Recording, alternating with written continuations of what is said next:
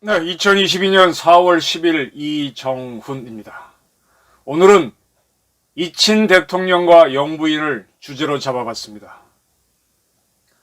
그리고 퇴임한 대통령이 머물려고 하는 사저가 모든 것을 말한다. 이것을 부제로 잡았습니다. 주간조선이 상당히 흥미로운 기사 취재를 했습니다. 문재인 대통령이 경남 양산시 매곡동 사저를 찾아가서 팔린 가격이 적정한지 취재를 했습니다. 청와대는 분명히 시세대로 자연스럽게 팔았다라 그랬는데 그 판 가격이 26억 1662만원. 네, 이건 언론에 다 보도가 됐습니다. 이게 시세대로 자연스럽게 판 가격이다라고 청와대는 밝혔는데 주간조선 기자가 과연 그런가 찾아가서 확인했습니다. 이 매곡동 사저는요, 사저에 대해서는 문재인 대통령이 운명이라고 하는 책을 썼었죠. 자신이 직접. 이 사저를 산 이유에 대해서는, 매곡동 사저를 산 이유에 대해서는 스스로 유배를 보내는 심정으로 택했다라고 그 책에서 밝힌 바가 있습니다. 그게 언제입니까? 2008년 대통령 선거에서 이명박 후보가 당선되고 정권 교체가 이루어지죠. 그렇게 하면서 이제 노무현 대통령을 보필하면서 청와대에 있던 문재인, 그때는 뭐 수석이고 비서실장이고 그랬었죠. 그분도 이제 청와대를 나오게 되는데 그때 2009년도에 7억 9,493만 원, 그냥 8억 원을 주고 이 매곡동 사저를 샀답니다. 8억 주고 샀습니다. 2009년 청와대를 나오면서. 그리고 이제 22년을 치니까 한 13년 만에 26억. 그러니까 뭐 37이 20, 38이 20, 3배가 오른 거죠. 그렇게 팔았는데 시세대로 자연스럽게 팔았다 그랬습니다. 그래서 기자가 확인을 해봅니다. 그랬더니 이 동네 다른 단독주택 가격의 평균 가격과 비교해보면 너무 비싸다. 3배 가까이 비싸다. 대통령 프리미엄을 고려해도 지나치다. 그리고 이곳의 시세는 문재인 대통령이 2009년에 샀을 때인 9억 원 정도가 지금도 적정한 가격이다. 그런 내용입니다. 조금 더 올라봐야 뭐 10몇 억이지 26억은 말도 안 된다. 이런 내용입니다. 문재인 대통령은 노무현 정부에서 근무를 하다가 이제 2009년에 나오게 되는데 그때 이제 잊혀진 사람으로 살고 싶다. 아니죠. 유배를 보내는 심정으로 택했다고 하면서 이곳에 있는 땅을 2번에 걸쳐 샀죠. 그래서 이제 사저로 지내다가 다시 정치를 재개하면서 2016년 서울 홍은동에 그 빌라를 연립주택에 들어왔다가 대통령에 당선돼서 청와대로 갔죠. 근데 상당히 재밌는 거는요, 이 대통령 사저가 매각됐다고 하는데 매곡동 주민들은 이 사실도 모르는 사람들이 많다라는 사실입니다. 그렇게 기자가 취재를 했어요. 대통령 사저가 3배나 비싸게 팔렸으면 동네에서 화제가 될 텐데 모르는 분들이 제법 있다는 겁니다. 하여간 그래저래 이 매곡동 사저 판매는 매각은 좀 이상합니다. 근데 문재인 대통령은 양산 평산마을에 새로운 사저를 짓고 있는데 거기에 14억 원 정도가 부족하답니다. 그래서 문 대통령이 농협은행에서 4억 원 정도, 3억 8,900만 원을 빌리고 김정숙 여사가 이름을 밝힐 수 없는 누군가한테 11억 원을 빌렸답니다. 그럼 도합 얼마입니까? 한 15억 빌린 건데 아까 9억에 구입했던 걸 26억에 팔았으니까 얼마가 남나요? 뭐 그 돈으로 양도소득세는 내고 남은 돈으로 이제 이걸 빚을 갚았다는 얘기인데, 글쎄 농협에서 빌린 건 확실하지만 김정숙 여사가 빌렸다고 하는, 누군가에게 빌렸다고 하는 11억 원은 상당히 수상하죠. 김정숙 여사가 특활비나 또는 다른 청와대 국민 세금은 갖고 옷을 사 입고 그거를 자기가 낸 걸로 꾸미기 위해서 일단은 빌린 걸로 했다가 이 집을 비싸게 팔아서 남은 차액으로 갚았다, 이렇게 우기는 건 아닌지 의심이 많이 갑니다. 많이 갑니다. 이거는 이제 앞으로 조사를 해보면 밝혀지겠지요. 네. 상당히 흥미로워요. 운명에서 매곡동 사저를 스스로 유배 보내는 심정으로 택했다라고 샀는데 그 집을 팔았습니다. 근데 새로 산 집은 평산마을에 있는 건데, 하북면. 근데 거기는 조용하고 공기도 좋은 데다가 울산역 등 생활공과도 가까운 곳이랍니다. 통도사가 근처에 있어서 통도서 뒷산으로 불리는 곳이랍니다. 인심도 좋고 뭐도 좋고 다 살기 좋은 곳이라고 되어 있습니다. 수돗물 안 먹고 지하수 먹어도 되고 교통도 좋고. 그리고 흥미롭게 이 양산 평산마을이죠. 여기는 벌써부터 대통령 사저를 보러 오는 사람들이 제법 있다는 겁니다. 이 사람들이 누구일까요? 문재인 대통령을 그렇게 좋아하는 사람들이 주로 오겠죠. 벌써부터 오고 있답니다. 저는 이걸 쭉 보면서 노무현 대통령이 퇴임 이후에 진해 김해 진영의 봉화마을로 갔는데, 아, 평산마을이 제2의 봉화마을이 되겠구나. 어쩌면 비슷한 사건이 이 평산마을에서도 일어날 수 있겠구나 하는 막연한 예측이 듭니다. 느낌이 듭니다. 자, 이 평산마을에 짓고 있는 거의 완공해 가는 문재인 대통령의 사저는 그의 경남고등학교 동기 동창인 유명한 건축가 승효상 선생이 설계를 했습니다. 굉장히 고등학교 때 친구니까 오랜 친구죠. 얼마나 친한지는 모르겠는데, 이 승효상 선생은 용산공원을 이렇게 만들자고 설계했던 사람으로 유명하죠. 굉장히 유명한 분입니다. 근데 그는 이번에 윤석열 당선인이 용산으로 대통령 집무실을 옮기겠다라고 하니까 상당히 반대했었죠. 뭐라고 했는가 하면, 당시 언론보다 뭐라고 그랬는가 하면요, 용산의 국방부 청사는 소비에트 리얼리즘의 아리와 같은 건물로 지금으로선 좋은 건축이라고 볼 수 없다. 국방부 청사를 대통령 집무실로 쓰는 것은 대한민국의 이미지를 약화시키거나 깎아내릴 수도 있다. 감정적인 결론을 내려서는 안 된다. 뭐 이런 주장을 했습니다. 근데 그는 한 6년 전에는 용산이 대통령이 있어야 할 곳으로 아주 좋다라는 주장을 한 적이 있었어요. 실제로 있습니다. 그래서 기자가 그걸 물으니까, 그때 뭐 풍수지구상으로 좋다는 얘기도 있었으니까, 나는 풍수지리 잘 모른다. 기독교인인데 풍수에 대해서 이야기할 수 없다. 뭐 그런 얘기를 했었습니다. 그리고 이런 얘기를 했어요. 이거 상당히 주의해서 볼 대목인데, 지금 그는 이 문재인 대통령 사저뿐만 아니라 김부겸 국무총리도 이제 퇴임하면은 양평에 집을 지어 살 생각인데, 그 양평 사저도 이분이 설계를 했답니다. 근데 그 양평 국무총리 사저가, 김부겸 총리 사저가 갖고 단가가 올라가지고 굉장히 애를 먹고 있답니다. 돈이 자꾸 올라서. 코로나 사태로 자재값이 오르고 임금비가 올라서 2배 이상 공사비가 올랐다고 한답니다. 그런 얘기를 해주면서 한 나라의 대통령과 총리가 왜 이렇게 돈이 없느냐라고 웃었답니다. 승효상 씨가. 그러면 문재인 대통령 사저도 공사비가 많이 들어갔겠죠. 그중에 국가가 부담하는 거는 경호실일 거고, 그 사저는 아마 문 대통령이 돈을 내야 되는데 돈이 많이 올라갔을 겁니다. 그 돈을 어떻게 만들었을까요? 그래서 이제 저 앞에 매곡동 사저를 그렇게 비싸게 팔았는데 그 집을 산 사람은 누군지 지금 전혀 확인이 안 되고 있습니다. 근데 이 평산마을에 사저를 짓겠다고 하니까 양산시에서는 많은 사람이 찾아올 것 같다면서 도로를 앞에 닦아주려고 하고 그러고 있습니다.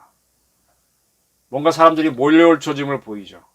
근데 문 대통령은요, 그 전에 나는 퇴임하면 잊혀진 사람으로 살고 싶다라는 말을 자주 했었는데, 이 평산마을은 잊혀진 사람으로 살기에는 부적당한 곳입니다. 차라리 매곡동이 오히려 잊혀진 사람으로 살기 좋은 곳인데, 그는 어찌된 이유인지 조금은 조용한 매곡동을 버리고 평산마을로 가겠다 그랬습니다. 이런 것들이 제가 보기에는 노무현 전 대통령이 퇴임 후 봉화마을로 간 것과 상당히 닮았다라는 느낌이 듭니다. 지금 봉화마을에서는 노무현 재단 이사장으로 유시민 씨가 하고 있죠. 유시민 씨는 이동재 기자, 한동훈 검사장과 서로 법적인 충돌을 하고 있죠. 그리고 복지부 장관을 지낸 분으로서 신라젠 대해서 연설을 하고 뭐 이렇게 여러 가지 이상한 행동을 한 보이는 사람이죠. 그리고 그분이 정치 성향이 어떤 건지 무슨 얘기인가 하면 대통령이 지난번에 봉하마을로 감으로 인해서 그것이 하나의 같은 정치 노선을 따른 사람들이 집결지가 됐다. 그리고 노무현 대통령이 돌아가시니까 저 독수리바인가? 저도 가봤습니다. 제가 좀 산을 잘 타기 때문에 그래서 그런지 이 바위에서는 실수로 떨어지면 죽지는 않겠다. 근데 의도적으로 자살하면 죽겠다는 생각을 한 적이 있었는데 뭐 그렇게 높은 바위는 아니에요. 근데 본인이 의지가 있으면 그렇게 될 수 있겠다고 봤었는데 이렇게 둥그러운 바위입니다. 근데 어쨌든 그것이 일종의 성지처럼 됐죠.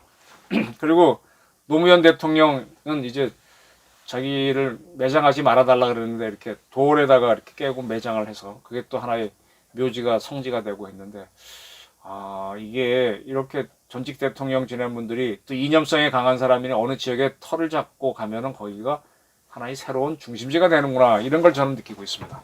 근데 이 노무현 대통령이 이렇게 죽음으로 가게 된 과정에는 갈등이 있었죠. 그때 이제 박연차 씨가로부터 받은 돈을 누가 받았느냐. 그래서 노무현 대통령이 자살하기 전에 컴퓨터에다가 써놓고 가죠. 미안하다. 유서를 가족한테 써놨었고 그걸 보고 이제 권양숙 여사가 굉장히 충격을 받았다는 사실은 다 아실 겁니다. 지금은 이런 얘기 절대로 안 하죠. 안 하죠. 자, 유쾌한 정숙 씨 말씀을 좀 드리지 않을 수가 없습니다. 지금 요즘 어찌 된 건지 한참 특활비 문제로 시끄럽고 옷값 어디서 났냐 시끄러웠는데 김여숙 여사가 쏙 들어갔습니다. 아주 그에 대해서 이 서민 교수가 아주 흥미로운 칼럼을 썼습니다. 조선일보에 썼나요? 그런데 왜 이렇게 김정숙 여사는 권양숙 여사 케이스도 알 거고 많은 걸 알 텐데 그리고 여러 가지 시그널이 있었는데 왜 조심하지 않았냐 이러면서 몇 가지 지적을 합니다. 2019년 6월 한 일간지에서 김정숙 여사의 버킷리스트란 칼럼이 실렸었습니다. 내용은 뭔가 하면 문 대통령 취임 이후 25개월 동안 19번 출국을 했는데 관광지가 상당히 많았다. 그때마다 여사님이 동행했는데 그래서 여사님이 원해서 대통령이 순방 간 거 아니냐는 주장이 있었다면서 그 증거로 노르웨이 베르간을 제시했습니다. 베르간은 저도 가봤습니다. 거기 아주 굉장히 한적한 곳입니다. 정치인들은 갈 이유가 없어요. 휴양지입니다. 그리고 김 여사는 혼자 대통령 전용기를 타고 인도를 방문한 적이 있었죠. 4개월 전에 인도에 갔다 왔는데 또 갔습니다. 그리고 타지마할에서 사진을 찍었죠. 인도에서 초청해서 그렇다라는 주장을 했는데 그에 대해서 한 언론인이 거짓말이다라고 하니까 소송을 걸었습니다. 결론은 청와대의 참패였습니다. 그리고 원래 이론에는 이집트 방문에 동행해서 피라미드를 여사님이 혼자 비공개로 이집트 문화부 장관하고 갔다 왔습니다. 왜 이랬을까요? 이 사랑이 이미 많은 비판이 있었는데 또 갔습니다. 그리고 2020년 4월에는 수영자라는 여성 경호원으로부터 수영 강습을 받았어요.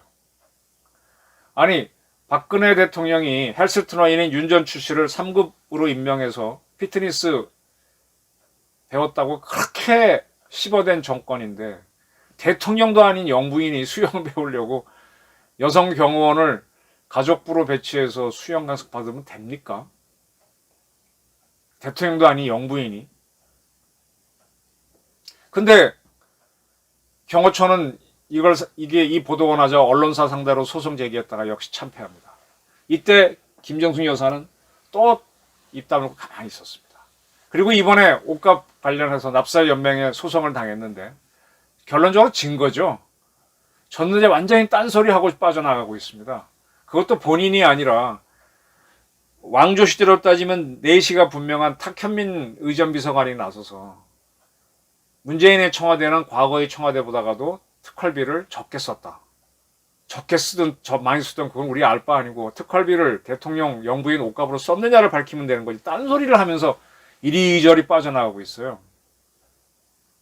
그리고 그 프랑스에 갔을 때 이 김 여사가 한글이 도안된 샤넬 옷을 입었거든요. 그것이 굉장히 시끄러워지니까 그 입고 나서 3년이 지난 다음에 어떻게 했는가 하면은 그 옷을 반납했고 그 옷은 샤넬에서 여사님께 대여해 준 거다. 대여했기 때문에 반납을 했다. 그래서 이제 3년이 지난 다음에 샤넬 측에서 그거를 다시 한국으로 보내줘 갖고 인천공항에 전시하게 했다. 이런 내용인데 반납을 언제 한 건지 그 무슨 얘기인가 하면은 김 여사가 그걸 바로 대여했는데 샤넬 측에서 도로 기증을 했다. 그것도 3년이 지나서.